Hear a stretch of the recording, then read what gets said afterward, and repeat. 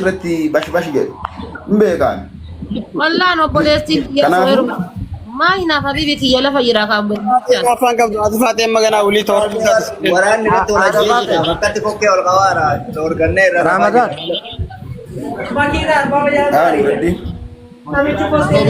Ini namu guys kiyya bichaatee lafa jira.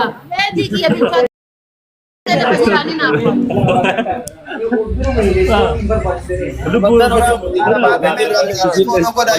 Namuma dhidhiyaattu bichatti kologolaa taane sila. No, kuma dubbaa. wanni juga warri miidiyaa kun gaafuma haati faatee heerumte yookaan ani wanni juga iyyatti dhagee haadha faatee ani wanni warri miidiyaa kun gaafuma haati faatee heerumte yookaan heerumtee dhageeyyan dhiiroo maaluma jechuu deeman iffanni sammoo dhiiroo moo gammachuu keessa ifajjeessa moo kan ta'an rakkoon sanni ana silaana argitanii ansi jammir feemas diyaane Adi waasi badage fadwani haati faale jechuudha arsii keessaa baatee bakka biraatti gaafa heerumte namni walajjeesu kanatti nyaata maana ni Ameerika dubbiin akka Ameerikaatti numa Ameerikaati no isin arsii keessaa qofa namni waliin tuqu ka'achii bachi namni lubbuu namaa wal qabaan itti fufaa jechuun walajjeesuun haga lubbuu namaatti deema dhugaan jiru kanuma fudhadha. wallahi yoo jaaram fidulaala an jaarsa kiyyan argitan Dhiirri afur fuudhutti dhiira afur heerumtee gaarii ture. Akkasumas oh jaarsa kiyya asirratti hin argitani maal ajandaa godhattan suuraa kiyya kabeelloo olii gadi hin deemtan malee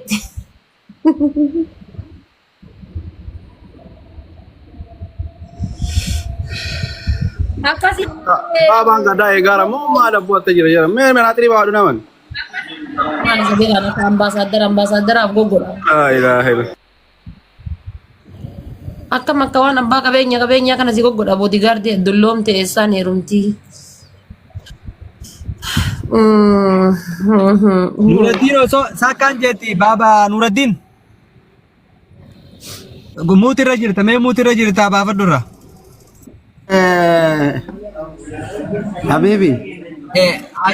ajandaa keessan kana samaa gizee hunda banaanuu gootan gizee hunda bar fallag gootanii koottaa seenaa nuun jetta tokko ofirraa hamaa nuun dhoorkine warri Dubaay kun Warra kaayirootti morkataa irraan. warri Dubaay akka warra kaayiroo kanallee bar danda'ee waa ofirraa dhayu beekta dafanii harka kennatan akkas kunoo baranillee san jechaanii raa bara inumaatu warra kaayiroo jala dhaabbatanii bara ofii ajandaa ofii bananii Akkas taana jennee akka isaanii taana jennee attaaqaan harkaa bade. amma warri kaayiroo wantoota laalu warri kaayiroo ajandaa gadi fidanii jala dhaabatan galee hin finnaa jala dhaabanna nuti waan finne san jala dhaabannee itti finna warri Dubaay daddafee harka kennata infidanii mallee namallee xumursiisan dhiiwway waatan no wanna ta'e warri Dubaay ammallee maal beektaa isaan biyya biizinasa keessa jiranii namoota biizinasaatii nama hedduurraan biizinasa nama dalagatu namni biizinasa dalagatu nama hedduu wal dhabuun barbaachisu kaasi galeessaan yaa nuti amma biizinasni keenya tiktokiidha yoo gubate yoo harka nu jiraate ammoo tiktokii keenya qofa waliin haasofna jechuudha akkas ta'e kenna si duunaan leebidii 40 galte moo akkana gubbaarra fiiddi garuu Afuwaan baga wallolee baga araaramtanii redisha bakka jabaadhaa isinitti haa tolu. ayyee habiibii kiyya baabaa dubbadhu shaayii ofitti hin goorini Warra wallolee maal gochaa turan warra Dubaay nutti fidanii maaliif achi hara sirrii miti. ayo dulat kota ini ada fate dulat maal itti baabaa Anaafati faatee ol fuudhan. kurban ganda keessanii tokko illee muraad reedi buddeena kenna biyyee laaqina jedha kaminni abu muraadi kubbar reedi dhaan balbala takka akkana ollaan hun jedhani bar walitti wajjii haasawna nawa akka ta'e akki kenna gurbaan akkana balbala takka naan jedhe bar balbala takka akkan mana takka qofa jedhu dheengadda dhiyootana baratte ka'ee waliin jaalannu anaaf inni angkata waliin haasawna ma gabbataan kunuu kennaa kuloo salaamaa natti hin qara'u kun kaabinee Reedii dhaadhii bar ready ana si asli warri kenno irratti waa jiru waliin dhufu Sana jedhee bar. Abba Murad bada. Mute godhadhu. Laa Abu Muraad miti baaba bira haasa'u. Baaba si biraa eeshi bakka. Dhaggeeffadhaa warri jechuudha warri reedii fi asli beektan jechuudha dirqamanallee na beekuu qabdanii maaliif waan ta'eef Ati shamarri maal gootti yonnatti. Shamarri bobaa dhiiraa jalaan deemti. Ta'e na tundugumaan beekatanallee. Nuti amma jaarsaa jaartii maal goonas keessa beelan dallaa lubbuu naadaan walii kootu bayi. Ada faatte garuu oddoo baabada wal fuutan yaaddeerta maal tokko uumamu.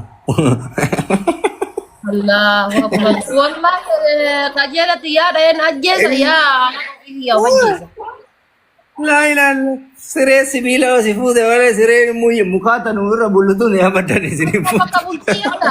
Bultuu jedhaadhaan. siree hadiida irraa nu hojjetan sila sibiila hadiidatirraa Maa silaa ammallee rakkoon fooqi irra galuu hin qabne. isaan reedii lafa raban. Akkasuma iyyuu. Garuu wanni rabbi Waati faatee qallatteerti. Ada faatee qallattee baramma maaluma si bu'eesin. ani gise Bilokeetti. arafaate ani Madabii hojjenna. ulfaatina irraa kaka'e argaa muluma caccabee gidduu isaa keessa rafa Madabii wanno Abu Muraad dhageette madabii biyya keenyaa sakkatti jaadatan. mata yenu hawide samira namu. maan waawwiti Madabiin hin jiru maa amma qabu. Ani hin jenne bara madabiin akka durii Abu miti Muraad siin jedhe bar madabii hojjennaafi ani hin jenne. Baabaa madabii sanuu cabsaa. madabii sanuu hin qabsa baabaan Garala bobba si Baaba filoo meeqa? laftuu wama dandeettiif na baattee deemaa jirti amma isinii cabee Kiiloo meeqa baabaa ati suma dhugaa? kiiloo 132 Abboo taa'e. Kan ke waluma kita mani la cirra du feber. mee wallahi jee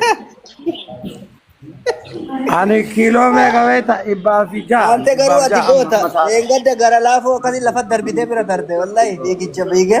wallahi ani kiiloo 106 amma reedi amantus amanuu baattus Abboo taa'e. Baabjaa jechuutti kadhama. wallahi 106 ani bar namta kanan caalu buleeso mee nama qallaa fide asnatti bila kanaa caale ani ila kana Abdul Sen tokko dhibbaa ijaa.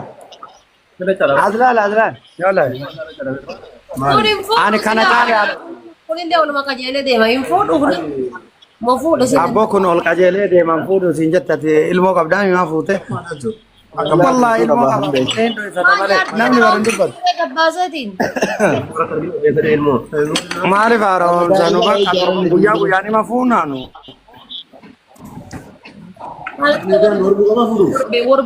Warbe mas. ani imaaraatii keessatti amma namni sargiin godhatin na tokkocha anillee amma hin fuudha itti aansee pileeniidhaan fuudha arbaabni kennanne Muradi TV sargi yeroo bayan. jalqabaati warra pileenii Dubaay keessa wal fuudhu yeroo jalqabaatiif argitan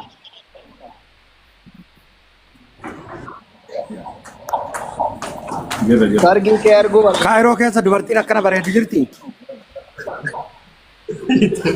Man jette. Namachi asaaf of tantan bareedu. biyya baqaa keessa biyya baqaa keessa ijoollee rakkattee dhagaa'eessa Itu bayi hundi inshallah messenger kenna dia sebut. maal iseen jala keessan jala bultu amma ijoolleen Dubaay ijoolleen dhagaa yaadafaa ta'e la takkatti waan dhugaa alamuun qabne reedi ijoolleen dhalaa Dubaay yoo asii karaa qaxxaamurtee si bira achi tarte haga isiin bakka geettu duuba deemta urgarraa ila duuba deemta duuba gee Wanu biti mana ada gefet. Mana tinggal ubar miskin di biarti kita kan orang mau. Amma takaayiroo tanniin mootu asii achi yoo tarte maaltu asii achi tare jettee irraa gara galtee galti. Kaayiroo lukaan hin deemtu. Dubartoota kaayiroo ragabbii habibi wallaahi billaahi. Waraana biraa qabu. Doolaara 200 dalagaa VIP jiraatan. Indee. Lukaan hin deemtu alabaateetti Kaayiroo tokkoo fi magaalaa Hamdaa Diksii Wallaahi billaahi gabayaa olii fakkaata. kaayiroo jechuudha laal dhageeffadhu. Ifaa jecheersa isaanii lafa hin balleessan laal zana jedhaniitiin shibba jiraatan. Maal beekan warra Dubaay waan ol guureef wallahi shamarran kaayiroo far doolaara 200 dalagaa VIP jira. Reedishaa takkatti na dhagaye. Ela laali maal si fakkaata amma kaayiroo dhaquu fi gabayaa bullaallaa dhaquun takkatti jedhan abbo. Kaayiroo namni dhaqee namu Ameerikaa dhaqee deebi'een garaagarummaan qabu. Rakkoon dubartii Dubaay maal akka ta'e beektaa reedi aslii qaban sii galee sammuu qabani warri kaayiroo sammuu qaba sammuun isaanii baadoo uffannaa fi deemsa malee sii galee achitti adda taran. Achitti adda amantii galee kaayiroo keessatti akka haadha ta dhiira caaltu jira sii galee dubartiin Dubaay immoo aslii qabdu aslii mootummaa fi jettee arabni sammuun hin jiru sammuun qullaan akka ishee karoo beeban. Samira na dhagaye. Samira na dhageeffadhu ila deebisii deebisaa na dhagaye. Dhalaa Dubaay jechuudha. Tokkoffaa tiiktookii keessan bul tiiktook irratti yeroo isiin dabarsitu hojii irratti yeroo isii dabarsiti. Okay. Dhalaan kaayiroo dhagaye dhalaan kaayiroo immoo akkaataa geemii itti taphatan akkaataa itti tiiktookii kanarratti ajandaa uuman kana qofa. Ijoollee Dubaay jedhime bannaatish uf. Jiru. Ijoollee Dubaayitu isin bareechee bar osoo ijoolleen Dubaayitu taaptaap sheer isinii godhuu baatte giiftii isinii kennuu baatte.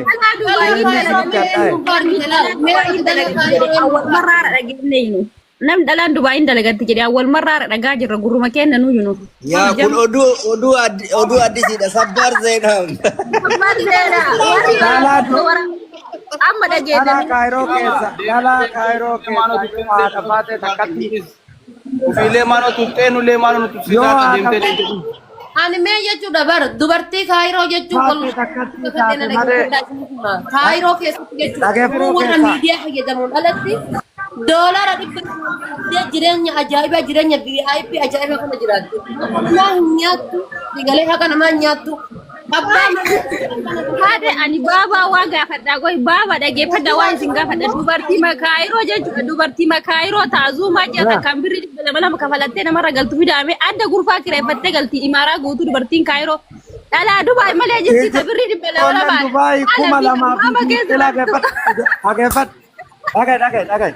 Ijoolleen Dubaay 2022 as mana. Habibi. Fashion. 200 kafalattee galtee hundi isii of dandeettee jiraatti tajaarsan qabnes tajaarsa qabdu.